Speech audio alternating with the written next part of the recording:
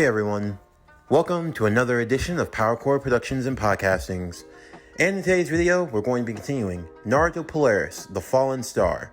What if Hanabi Hyuga was born first?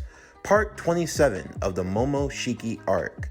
As always, if you're new to the channel or if you're a regular and like what we have to offer, then please don't forget to like, comment, subscribe, share, and hit that bell for post notifications so you can stay up to date on everything that is PowerCore Productions and Podcastings that has to come out now and in the future. Well, we finally reached a point. Next week's part 28, will be the finale of the Momoshiki arc. For everyone who's followed along so far, thank you for being a part of this journey, as we experience the Boruto era of What If Hanabi Hyuga Was Born First. We now enter into the finals of the Chunin exams, with Boruto now getting a chance to face off against someone he's known for a while now in his life. Someone who stands as the polar opposite, but yet also as a kindred spirit in a way. How will Boruto fare in the finals of the Chunin exams, especially when certain secrets are revealed? And what will they do when the Hidden Leaf finds itself under attack? For all this and more, stay tuned as we now continue. Naruto Polaris, The Fallen Star. What if Hanabi Hyuga was born first? Part 27. As always, sit back, relax, and enjoy the show.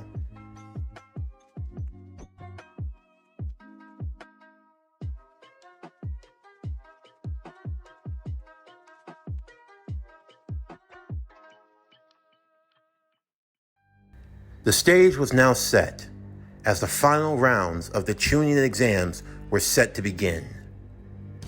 Boruto walked out amongst the people, the crowds roaring and cheering in approval. And now, standing to his left and to his right, were the final opponents he would have to face. As Rock Lee raised his hand into the air to make the announcement. Everyone in attendance, the final rounds of the Chunin exams are set to begin. First of our three participants, representing the Hidden Sand Village, Shinki of the Sand. Next, representing the Hidden Leaf, via the Land of Fire, Yuto Madoka. And finally, representing the Hidden Leaf, Boruto Uzumaki. Let the final match of the Chunin exams begin! Boruto and Yuto would both dodge out of the way immediately, as two sharply piercing iron sand spikes would go flying towards them. Boruto immediately stood on guard, as Yuto would set his sights upon both Boruto and Shinki. Moving almost as if he weren't even weaving hand signs, he would unleash a fire-style jutsu at the both of them. Shinki using his iron sand to create a shield, while Boruto would dodge out of the way, looking to counter the fire with his water style. Water style! Water streaming jutsu!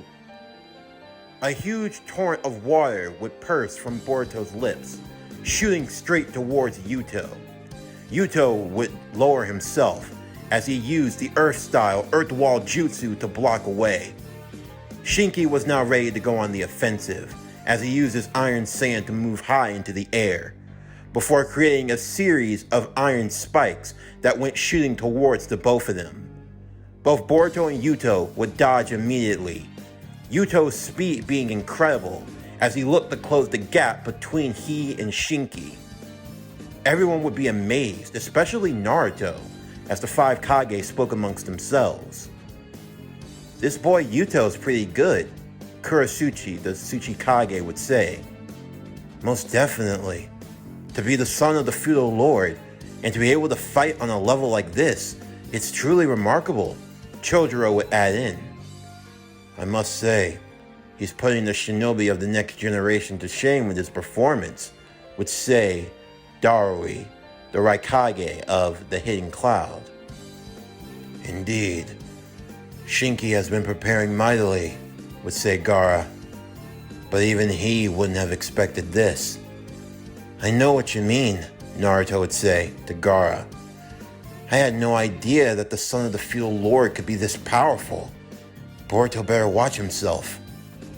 As Yuto closed the distance between both he and Shinki, Shinki would use the iron sand that he had clouded around him to try to keep him at bay. However, using a lightning release jutsu, Shinki would be surprised as Yuto used a kunai, enhanced with lightning style chakra, to cut through the defense. However, he would reinforce the sand to push him back. Boruto jumping in at the last moment as he created distance between himself and the two combatants. Lightning style, thunderclap arrow! A streak of lightning would shoot from Boruto's palm towards Shinki. Shinki could feel that now a 2-on-1 assault was beginning to brew. However, before it could last for too long, Boruto would engage in a flurry of taijutsu with Yuto. Yuto being able to match him beat for beat. What the hell, Boruto would think. I've seen Yuto all my life. There's no way he can be this good.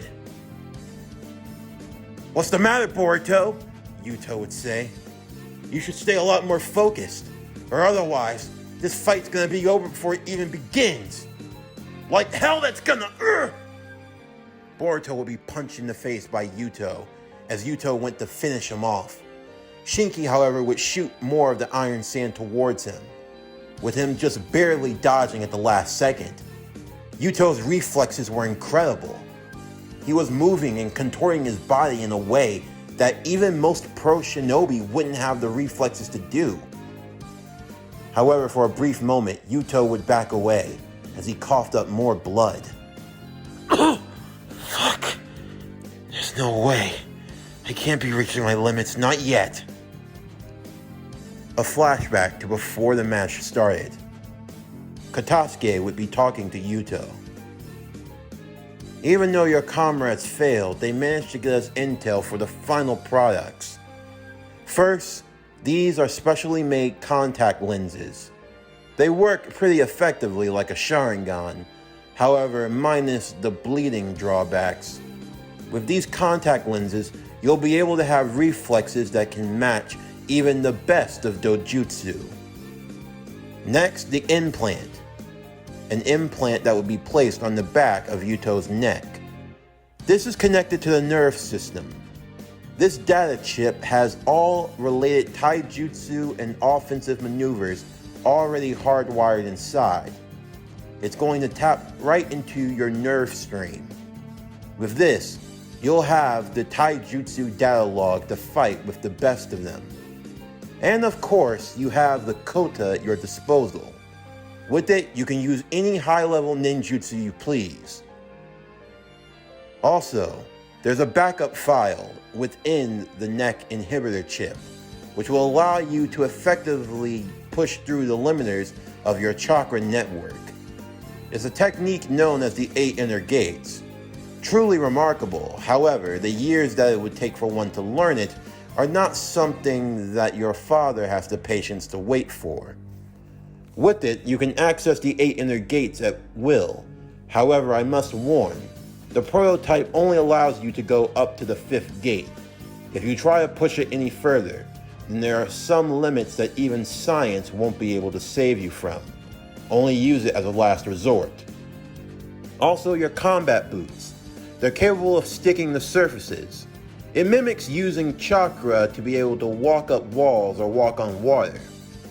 However, even though you have some basic training, using the boots will reduce the amount of chakra consumption in your overall body, allowing you to put your focus elsewhere. This is everything that you're going to need for the exams. My only advice is for you to not get caught. If you can manage that, then beating the other two will be a piece of cake. Yuto would stir in that moment. The only thing he could think of was victory. Yuto's relation with his father, the Lord Daimyo of the Land of Fire, was a tumultuous one to say the least. It was not the type of relationship healthy for a father and son. The feudal lord was known to keep those who he had close relations with at a distance, from lovers to even children, and Yuto was no different. From the day he was born for one thing and one thing only: to be the model son, to do as instructed and to do as told. Yuto had other dreams, aspirations, that even ranged in wanting to be a shinobi. However, his father did not approve. Outside of the basic training to have for self-defense, Yuto was not permitted to walk down the course of the ninja way. As such, it built a level of frustration and resentment with his father. However, that would all change when Katasuke arrived, offering the feudal lord a chance to strike a blow to the shinobi, to create what he in fact called the superior shinobi. If he could take the run-of-the-mill average person and turn them into a warrior capable of fighting on par with the best of ninja, it would show the Hidden Leaf that their ways of doing things were obsolete, and that going forward, terms would be more dictated in favor of the feudal lord. The pains of the Fourth Great Ninja War hadn't been lost on anyone, and many of the feudal lords were not too pleased with the 5 great nations. But why was that? It was simple. The shinobi were made to look like fools. They couldn't stop 2 ninja. Granted, they were members of the Uchiha clan, and ones had even obtained the power of godhood, but even still, what Madara did to the 4th Division was just downright shameful and pathetic. He made the 5 Kage look like nothing but mere children. And what was worse, all of the money that went towards this war, for all the lives that were lost. And in the end of the day, the only people who were capable of getting anything done was Naruto and the fellow members of Team 7. Outside of them, and one of them being a criminal no less, if they hadn't been there, then the entire world would have been destroyed.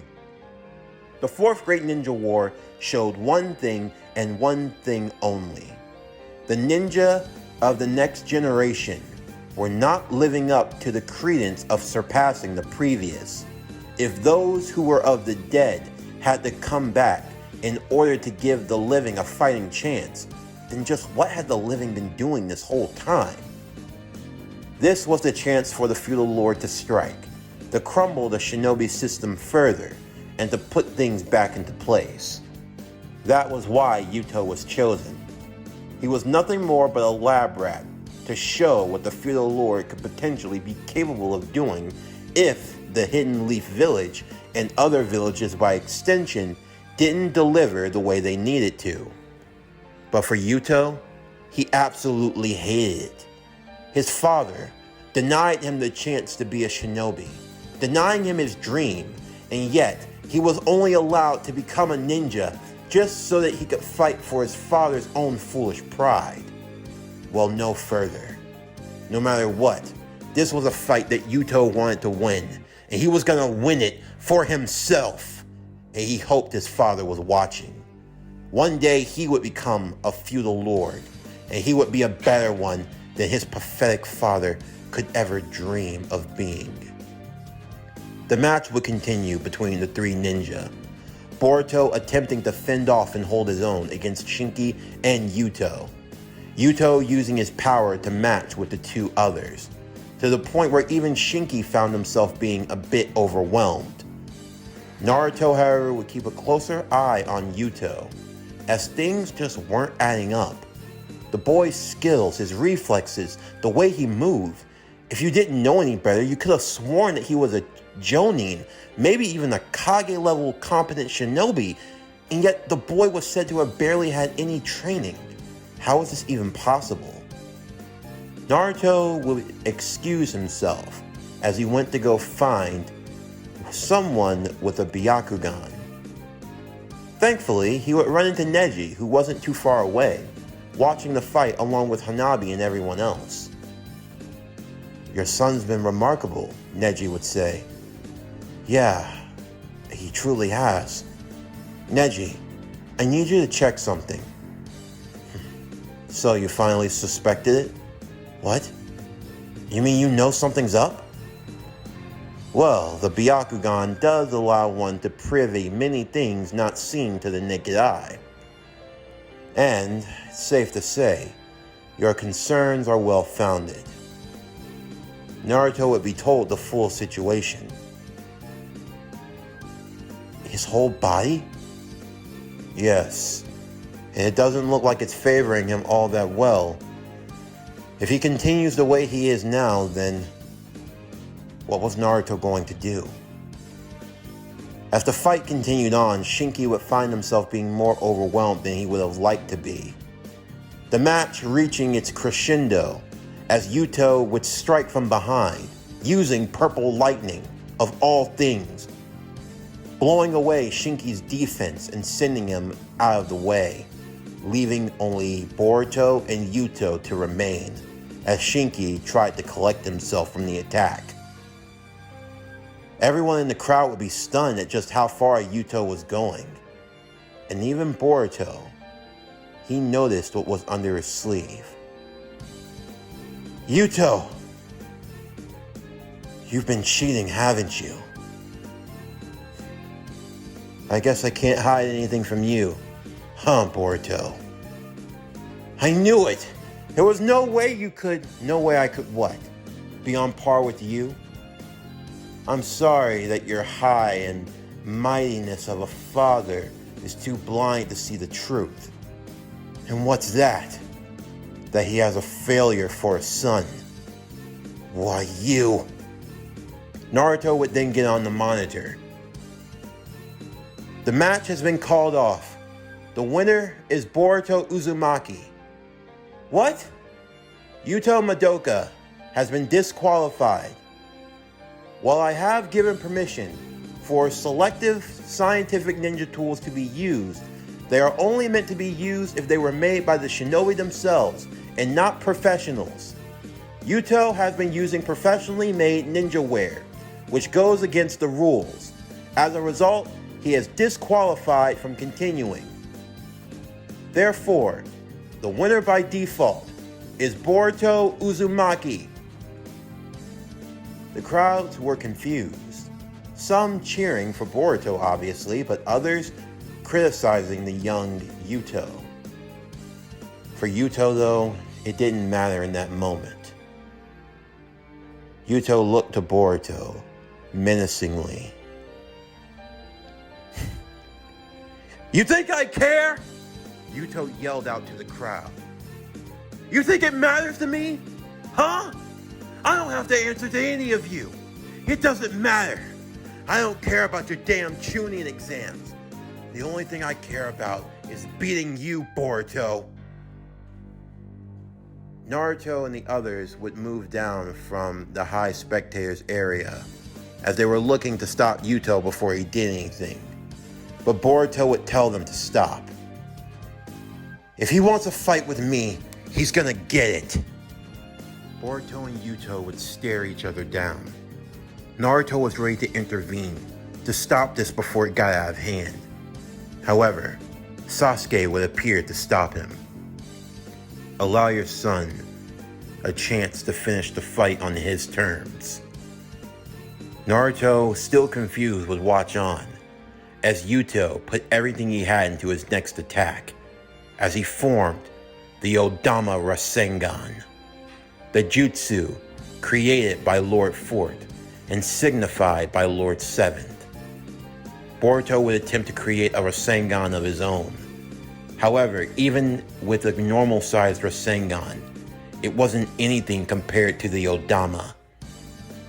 What was Boruto going to do? Even if he wanted to match it, he didn't have the power. He couldn't make a giant Rasengan. A flashback to Boruto's training with Sasuke. It had come to the end of the day, and Boruto had finished working on the Rasengan. At best, he could create a normal Rasengan, but he couldn't create a giant one like his father could. It's to be expected. Your chakra reserves aren't anything like your father's were. Then what can I do? How can I ever match my dad's power if I can't reach that level? It's not that hard to figure out. Your father is a sword, and you are nothing more but a shuriken. Hey, I have to be reminded about how small I am. The point is that a sword and a shuriken are both equally dangerous. It does not matter how big a weapon is still a weapon. It doesn't matter if you have a sword plunged in your chest or if you have shuriken pelted in it. The end result is critical damage. So, what you're saying is, instead of trying to fight big, fight smaller. Back in regular time, Boruto thought about it on the fly, as he held the Rasengan in his hands. Instead of trying to make it grow, he started to make it shrink, compressing it down further and further, making the chakra spin faster and faster and faster, as it became more and more dense. Boruto remembered his studies about chakra and how oftentimes denser chakra could be a lot stronger and more dangerous. He had once come across a manual talking about something called the Bijudama, a condensed ball of chakra created by tailed beasts. It was the antithesis for what created the Rasengan in the first place long ago by his grandfather Minato Namikaze, the fourth Hokage. And now, Boruto would take the Rasengan to a new step, as he compressed the Rasengan, making it spin faster and faster, growing stronger and stronger in strength. I knew you didn't have the power to match me, but that's just pathetic, Boruto. You can't even go to a decent size, and now your Rasengan's only getting smaller. You know, Yuto, you should never underestimate a jutsu based on its size, 'cause usually it's the smaller ones that hurt the most. But what would I expect from you? You might be able to wield a Rasengan, but you don't know a damn thing about it. My grandfather made this jutsu. My father made me famous. And now, it's gonna be the jutsu that kicks your ass. Boruto rated himself as he charged towards Yuto, and Yuto the same. The Odama Rasengan colliding with the compressioned Rasengan. At first, it seemed like Yuto's Rasengan would win, with its overwhelming force and power. Everyone watching on, waiting to see what would happen next. But finally, Boruto's Rasengan broke through, pushing through and creating a hole through the Odama Rasengan, dissipating its chakra and destroying it, like a beam shooting right through a larger sized ball. Yuto would be sent flying back, knocked against the wall of the arena, and knocked unconscious. Boruto would stand as the lone victor and the true winner of the exams. Everyone would cheer in approval, not only for Boruto's victory, but for being someone of integrity. But for today, this was not only a victory for Boruto, it was a victory for shinobi all over. No matter what tools, no matter what advancements the world may make, the soul of a shinobi would always stay the same. As the people cheered and applauded in approval, the feudal lord would now go to pick up his son, Naruto not being too pleased with him, as escorts came to pull him from out of the crater. "We're going to have a talk," Naruto would say. "I'm sure we will, Lord Seventh." Katasuke would make his way down also with the camera crew. "This was truly remarkable, don't you think, Lord Seventh?" Naruto looked at him angrily. "I've had just about enough of you. This exam is supposed to be a sacred occasion, not some display for you and your science. If you ask me, this was the perfect display, Lord Seventh. Look, I took an average, a nobody, and look at how far he got. Compared to all of the other shinobi here, this is something that should be celebrated. With a few tweaks and advancements, I'll be soon to say, you're not going to do anything." However, before Naruto could even have a chance to rip into him any further, something unexplainable happened.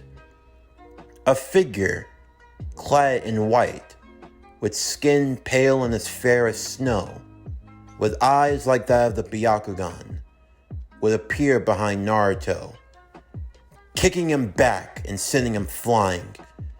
Two more of a similar look would also appear. Sasuke was aware of what was happening as he moved in immediately. The Otsutsuki had arrived. Kinshiki, Urashiki, and Momoshiki. The stadium would immediately find itself under attack, as the Hidden Leaf Ninja and other personnel alike would all rush into action, attempting to get the civilians to safety. The one known as Urashiki Otsutsuki would be fighting on the outskirts of the village against the likes of Gaara and Chojuro, who would get assistance from unexpected allies, that being in the form of Jiraiya, Tsunade, and Orochimaru, the legendary Sannin. In the meantime, Sasuke and Karin would arrive as Kinshiki was about to swing his axe towards Sarada, who was moving to get a few more children out of the arena.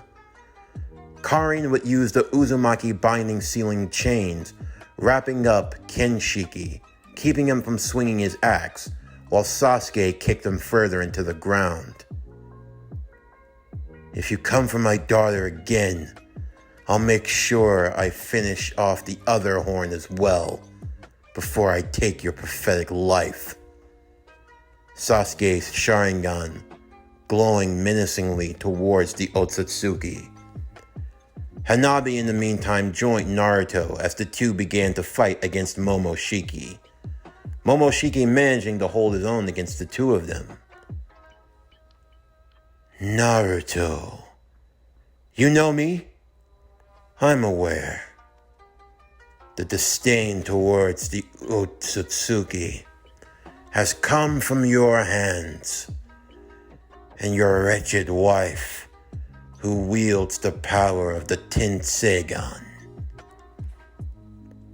Momoshiki would raise himself to the sky. Using the chakra that he had taken from Killer Bee, he would begin to enact a large Biju Dama, double the size of a regular Biju bomb, enhanced by the Rinnegan palms that he possessed, as he began eating more chakra pills to enhance his strength. It's like no one's ever heard of hard work, Naruto would say. Naruto would call forth Kurama, ready to use their power at full strength to protect the Leaf Village. Naruto would go into his Kurama avatar state, aided by shadow clones as they attempted to block off the giant Biju bomb heading towards the Leaf. With his power, Naruto was able to hold it back, able to keep it at a distance, allowing for the villagers a chance to get to safety, although it was difficult for him to do so, enveloping the giant Biju bomb. In the midst of the attack, Naruto would attempt to match it with his own. However, he was cognizant of the repercussions. Sasuke warning Boruto that if his father wanted to match the attack, he could, although it would come at the cost of the village. In that moment, time would stand still for Boruto, as his father would speak to him. Boruto, from the day that I held you in my arms, I knew that you were always going to be special. You and your sister alike.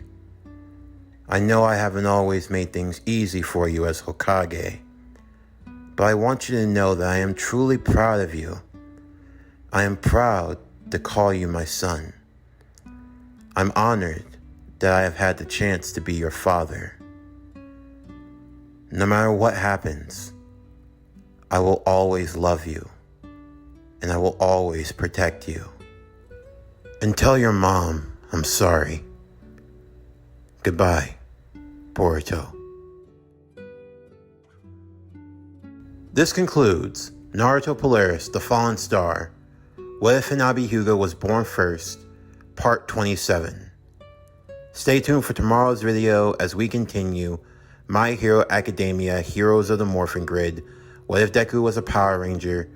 Part 15. But anyway, that's going to do it for the end of today's video. I'm Javon Harrington with PowerCore Productions and Podcastings. Signing off, and I'll see you next time.